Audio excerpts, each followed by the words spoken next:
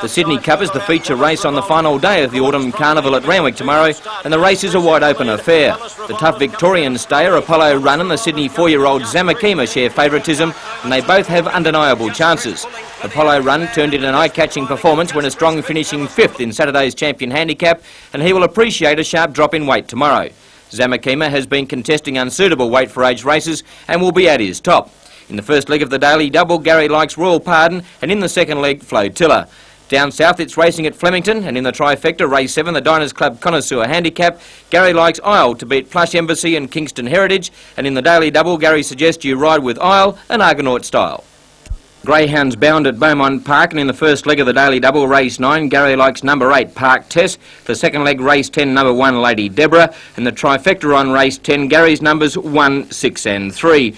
Now, trotting at Cessnock on Saturday evening, the first leg of the daily double is race 6, Gary likes number 6, Bullet Express. The second leg, race 7, number 7, Hilarious Saint.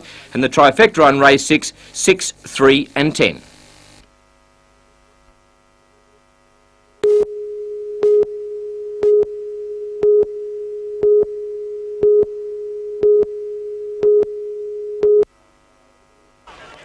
At Passmore Oval, the Newcastle Rugby League selectors were casting an eagle eye over aspiring representative players in the Coalfields versus City clash. With a hefty program confronting them this year, all were keen to impress the right people and steal a march on some players who are still involved in summer sport. Just over the road at Hawkins Oval, Warners Bay and Newcastle City ushered in the start of the 89 Australian football season. The Warners Bay side are the defending premiers and looked good early in the match and went on to record a comfortable victory.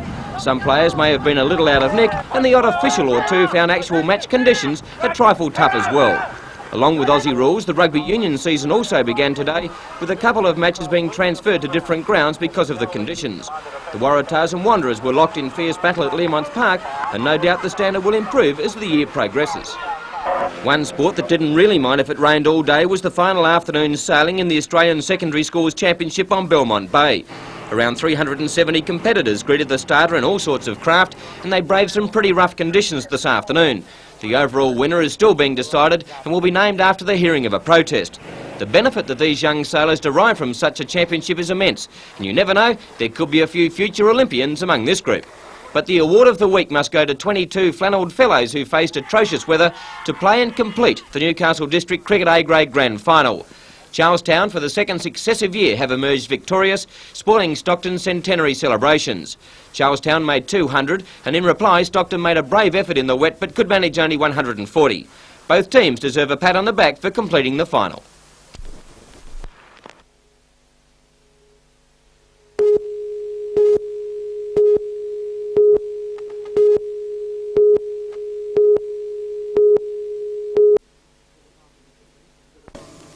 The Department of Defence has held from the beginning that New Zealand involvement in the frigate build is of great importance, hence the tag Anzac ships.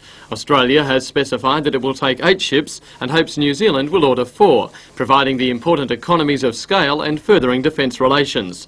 The Kiwis are moving cautiously, refusing to commit themselves until the final costing of the chosen tender is known. Navy sources, however, say it is almost certain the New Zealanders will opt for 2 frigates immediately, taking an option for 2 more in a decade or so.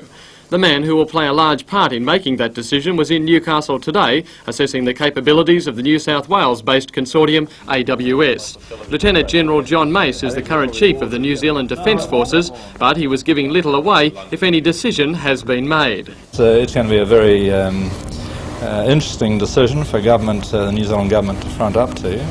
It's much too early to say, obviously. General Mace inspected Carrington Slipways and the new AWS Newcastle office at the city end of the old State dockyard, which will be officially open tomorrow. Managing Director Doug Rosa put the AWS case at a special briefing. General Mace will visit the Amacon Consortium in Victoria on Wednesday. Although he was impressed by what he saw in Newcastle, the General says as far as New Zealand is concerned, either consortium could do the job. I think both ships, in terms of the way in which the joint project has been worked, is it's a choice between either of them, and I think each has got a great deal to offer. Has the New Zealand Navy got a preferred option on the Defence Forces, got a preferred frigate? No, we haven't. We're very open-minded. We'll see what the facts are and make our recommendations accordingly.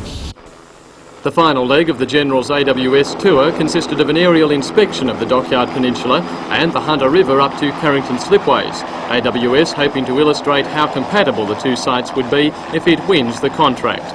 Ross Hampton for NBN News.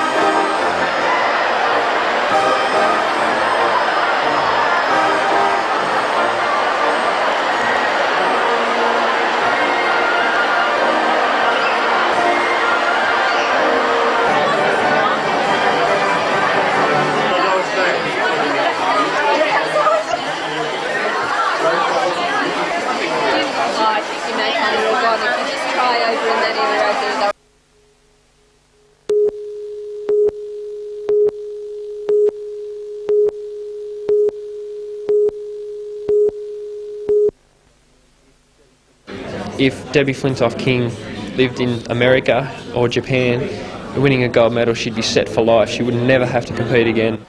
A total of $5,000 was donated in scholarships to the Hunter athletes.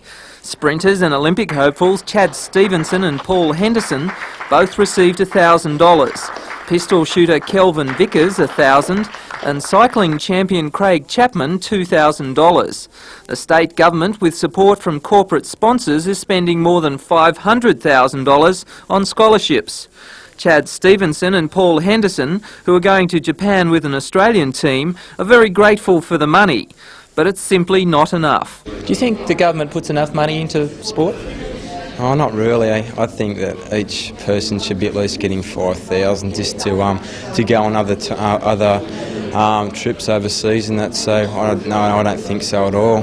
It's a bit discouraging to see that athletes and most other sports persons can't go that far with their sporting careers.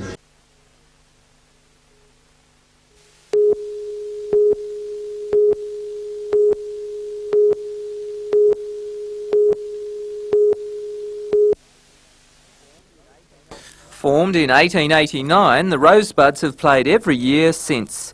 20 players have represented Australia while playing for the club, and other players such as Ray Bartz played their junior soccer there before moving on to other clubs and national honours.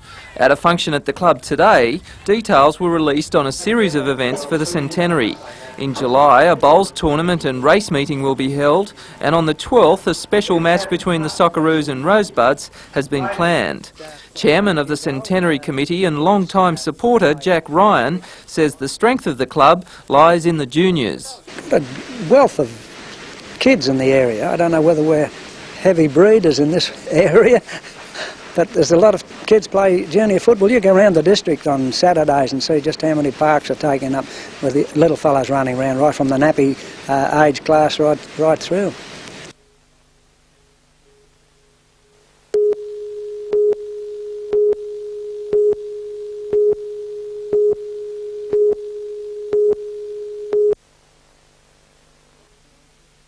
Jeff Tansey is a consultant for the International Service for National Agricultural Research in Britain. It's an impressive title that allows him to advise international organisations on cultural development, world agriculture and food production. After spending 5 years as a consultant in Turkey, Mr Tansey believes the key to eliminating world poverty lies with a reduction in military spending and a change in the use of the world's resources. To see a switch of resources from military activity into civil and development work. And you need plan change so that the people affected in the military aren't hurt by this and that they're relocated, and you're putting research and development workers into useful projects rather than projects that are about killing people. Mr Tansey will also lecture to medical students tomorrow on nutrition, the crux of his argument being the irony that so many are starving in the midst of abundance. There was the great empty words, as it turned out, of the World Food Conference: no child will go to bed hungry in 10 years. Well, it's 15 years and there's a lot of children going to bed hungry. And as you get into that, you see that it's not just simple questions of people need more food, it's about power. And do poor people have the power to buy the food they need? Do they have the land? Do they have access to it?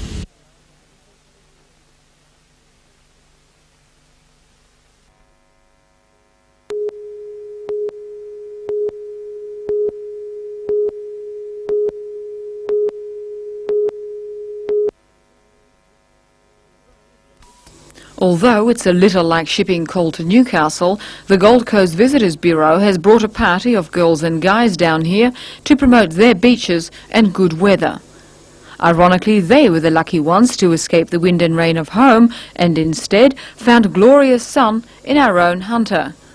Complete with those golden suntans, skimpy swimsuits and big smiles, the Gold Coast girls paraded around Garden City, making their bodies available for those eager to autograph. A mechanical surfboard was in full swing to give our surfers a taste of surfing cyclone style. While the mechanical surfboard is a novel invention, we'll leave it to the locals to decide which version they'd prefer.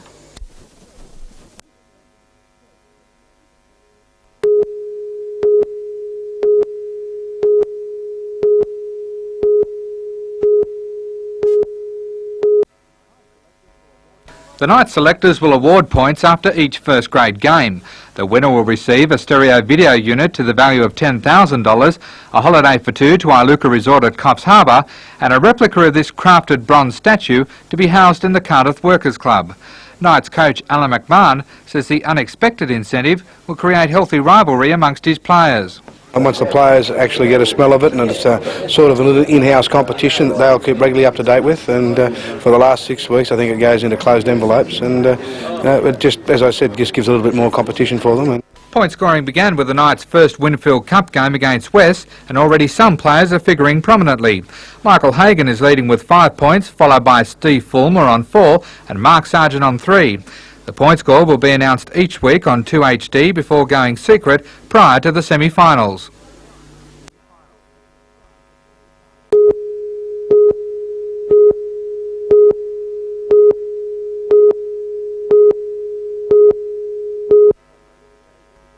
On most occasions, Superintendent Cook presents long service medals, but on this day the job was given to Regional Commander, Assistant Commissioner Charlie Parsons. Mr Cook's 37 years in the force included service in metropolitan and country stations, leading to his appointment as District Commander of Goulburn and finally Chief Superintendent of Newcastle. A medal also went to another long-timer, former Senior Sergeant Aubrey Tucker, now retired after also serving 37 years. Another 32 police officers were presented with long service decorations. Combined, they've worked a total of 464 years in the fight against crime.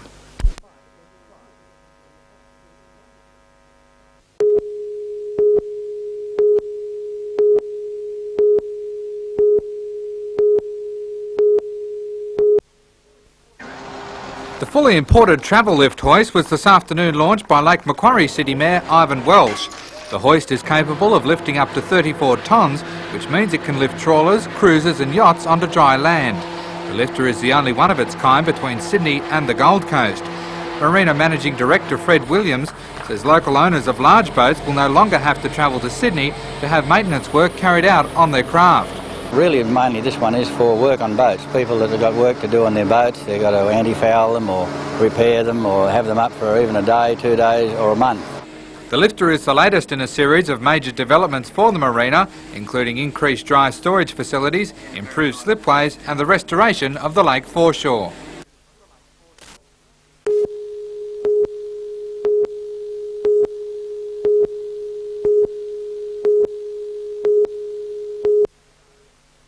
"86 artists were sent 2 9-inch by 5-inch cigar box panels with a challenge to come up with some diverse artwork using all available techniques.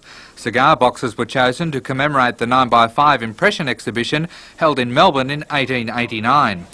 Gallery Assistant Director David Langman says for artists that normally work on a much larger scale, the small size of the work has provided some great results. You've got little collages with mixed media and also sculptural works on these small 9x5 panels of enamel, bronze, brass. One of the most impressive works amongst the 167 on display is this 23-carat gold-plated work by Queensland artist Anika Silva. The gold used in creating the work is valued at hundreds of dollars, but its artistic value was estimated in the thousands. The exhibition will be on display for a month before moving on to smaller galleries across the country.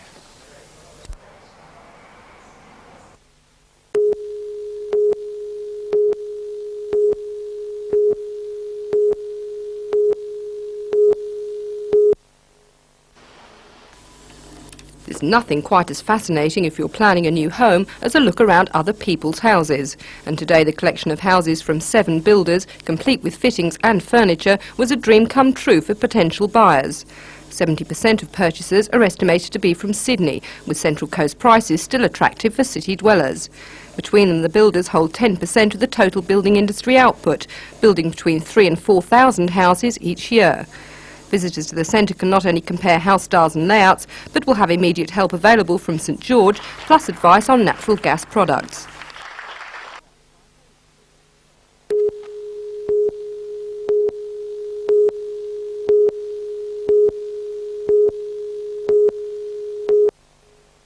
The campaign was launched at a public meeting last night by the Central Coast Aquatic Clean-up Group.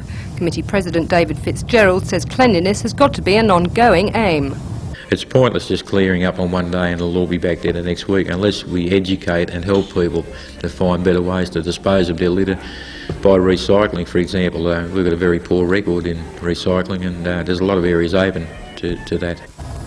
The group is closely linked with the Sydney Harbour Clean-up Committee, but with an area 4 times the size and a much smaller population, the task is awesome.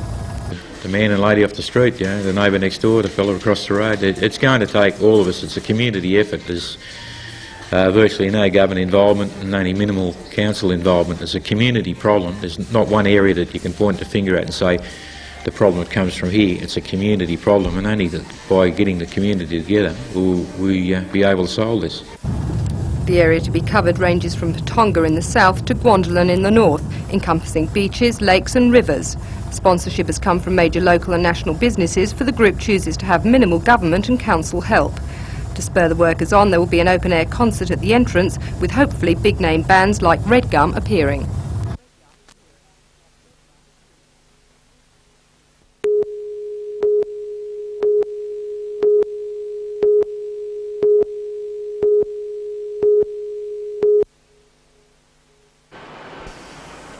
The guided missile frigate was in the Whitsunday Passage on its way to Southeast Asia as part of regular operations, but during a training exercise, a costly mistake was made. We were doing navigational training for the junior officers in the Barrier Reef in potentially dangerous waters where we had to practice, and a mistake was made and I wasn't quick enough in correcting it, and the ship touched the bottom. The ship's propeller was chipped on a reef near Hayman Island, and the frigate was restricted to a speed of 20 knots back to the nearest available dry dock for repair. The frigate will be in port until Thursday, while 5 propeller blades are changed. Captain Paul Cable could not estimate the cost of the damage. There's a board of inquiry to be held who will recommend to the Maritime Commander what disciplinary action should be taken. And will that be against you or against the crew? Oh, it'd have to be against me. I'm responsible for everything that happens in the ship, so it's my fault and I'll be punished in some way.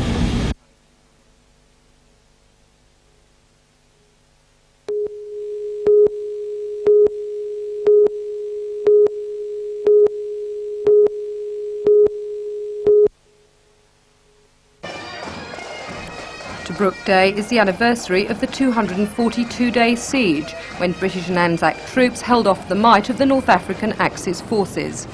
Newcastle returned servicemen paid their respects with a march through the city centre, a service in Civic Park and lunch at the Gallipoli Legion Club. Tributes in the form of books were placed instead of wreaths. They were later presented to students representing schools throughout the area. During lunch, a toast was made to the rats of Tobruk, drunk with chlorinated water, bringing back poignant memories for the diggers. But looking to the future were the Army Reserves, with a cavalcade of displays near Fort Scratchley. The aim was to recruit more officers and soldiers for the Hunters 14 units. And it's the younger the better to learn a healthy respect for the latest Army equipment, from machine guns to mine and mortars. Offering some light relief was the Australian Army Band Newcastle and the Royal Australian Corps of Transport Pipes and Drums from Adamstown.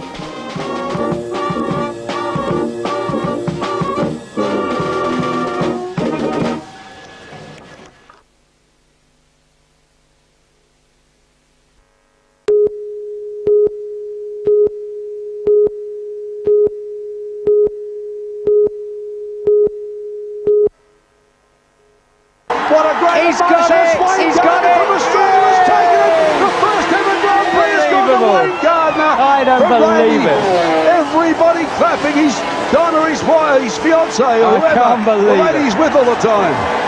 Well, you couldn't have written a better script than that, could you? Wayne Gardner, look at the emotion.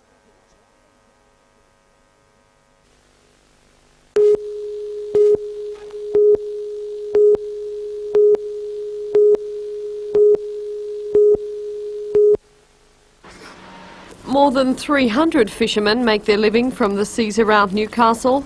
Every day the Fishermen's Co-op on the harbour foreshore is a bustle of activity as the trawlers arrive with their loads full of ocean fresh fish. It used to be a happy time for the fishermen, now it's a heartbreaking one, because after many back-breaking hours at sea, they know they'll be lucky if they can even give their fish away. We go on the sea, we catch fish, and we don't get any money for it. They want to buy fish. Why aren't they buying, Dominic? They're not buying, no. Why not? Well, because I think that people that think that the fish that are good, the fish are poison. The poison fisherman Dominic Bagnato is referring to is Sydney's ocean outfall. As the result of recent extensive government and media attention, the damage sewage outlets are causing to our ocean is suddenly foremost in everyone's mind. It's greatly aided the ocean clean-up cause, but for the fishermen it's been disastrous. Suddenly, no one wants to buy fish for fear they'll be affected by a polluted ocean. But fishing way out to sea and off beaches that are far from dangerous, Dominique says the fish the trawlers are bringing in are fine, and that unfounded panic is costing he and other fishermen their bread and butter. Well, with the fish I catch yesterday, I say I lost about $15,000. At Easter, Dominique estimates his family lost $40,000. With each passing day, he and his colleagues at Newcastle are losing thousands more. Normally a kilogram of bream like this would sell for around $7. Now, wholesale it's lucky to fetch $1.50. Needless to say, the fishermen aren't breaking even. And according to Dominic, if the trend continues, Newcastle could very likely kiss goodbye one of its oldest and most lucrative industries. Dominic, if it stayed this bad, how much longer could you stay in business? Well, I said, well, it depends. I said probably a couple of months, 2 or 3 months, or I go to bed.